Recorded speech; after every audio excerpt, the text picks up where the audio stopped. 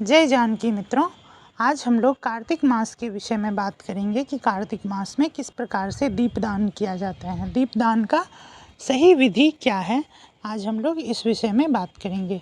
अगर हमारे चैनल पर पहली बार आए हैं तो हमारे चैनल को सब्सक्राइब कर लीजिए, वीडियो को लाइक कीजिएगा और कमेंट में जय श्री हरि ज़रूर लिखिएगा।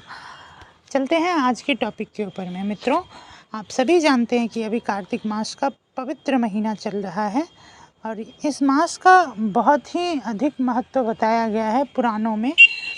स्कंद पुराण में एक श्लोक मिलता है कि मासानां कार्तिकः श्रेष्ठो देवानां मधुसूदन तीर्थं नारायणाख्यं हि तृतीयं दुर्लभं खलु। अर्थात मासानां कार्तिकः श्रेष्ठो, कि सभी महीनाओं में, सभी मासों में जो मास श्रेष्ठ है वो कार्तिक मास है।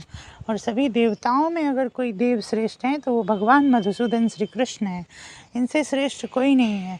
तीर्थं नारायणाख्यं हि तृतीयं दुर्लभं खलु।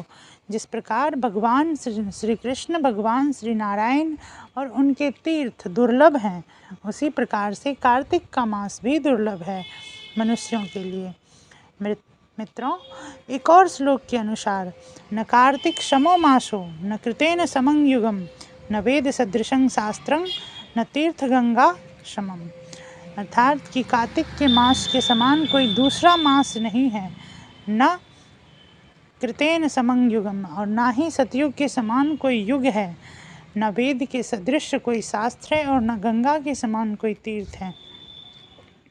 इसीलिए ऐसा कहा जाता है कि कार्तिक मास में दान पुण्य का बहुत ही अधिक महत्व है। आप सभी जानते हैं कि लोग कार्तिक मास में ब्रह्म मुहूर्त में उठ करके तारक स्नान करते हैं और स्नान करने के पश्चात तुलसी जी का पूजा करते हैं, भगवान श्री हरि की पूजा करते हैं, मधुसूदन स्तोत्र का पाठ करते हैं, पीपल का पूजा करते हैं, धात्री के वृक्ष की पूजा करते हैं और फिर बहुत सारे लोग शिव मंदिर में भी जाकर के पूजा करते हैं।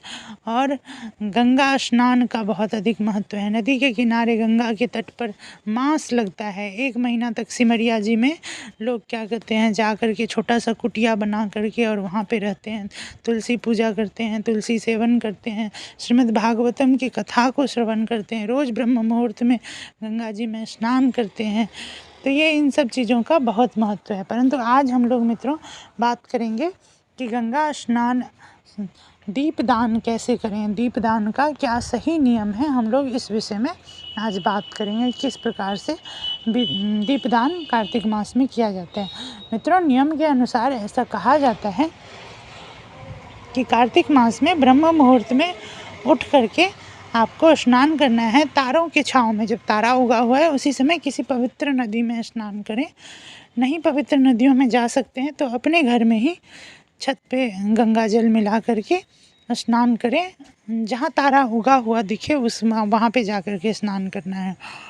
और फिर स्नान करके आप अपने घर की साफ़ सफाई, झाड़ू वगैरह मार के उसके बाद जा कर के भगवान का अभिषेक करें, उनका पूजा पाठ करें, उनको स्नान करवाएं, चंदन आदि लगाएं और फिर जा कर के माता तुलसी को जल दें।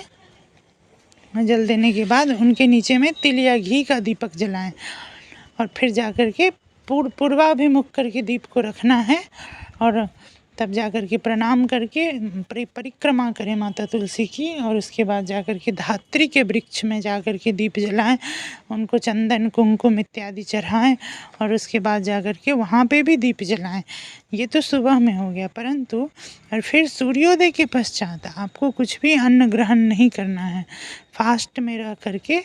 और उसके बाद संध्या काल में जब तारा उगता है, तारा उगने के बाद तारा को अर्घ्य देकर जल चढ़ा करके उसके बाद धात्री के वृक्ष में क्या कहते हैं, ये दीप जलाएं, तिल का या घी का दीप जलाएं। इसमें भी आप तुलसी माता को भी क्या कहते हैं, दीप दान करें। उसके पश्चात अगर किसी गंगा के तट पे हैं, किसी नदी के किनारे हैं, जैसे बहुत सारे लोग बनारस में रहते हैं या फिर क्या कहते हैं पटना में रहते हैं, तो वो लोग तो गंगा जी जा ही सकते हैं, तो वहाँ पे जा कर के ज़रूर क्या कहते हैं उनको दीपदान करें। दीपदान का यही नियम है कि दिन में खाना कुछ नहीं खाना है, शाम को दीपदान करने के पश्चात पहले तारा को अर्घ दें और अर्घ देने के पश्चात आप भोजन ग्रहण करें। आशा करते हैं कि आपको ये वीडियो अच्छा लगा होगा। ऐसे ही और भी वीडियोज़ के लिए हमारे चैनल को सब्सक्राइब कीजिए। धन्यवाद।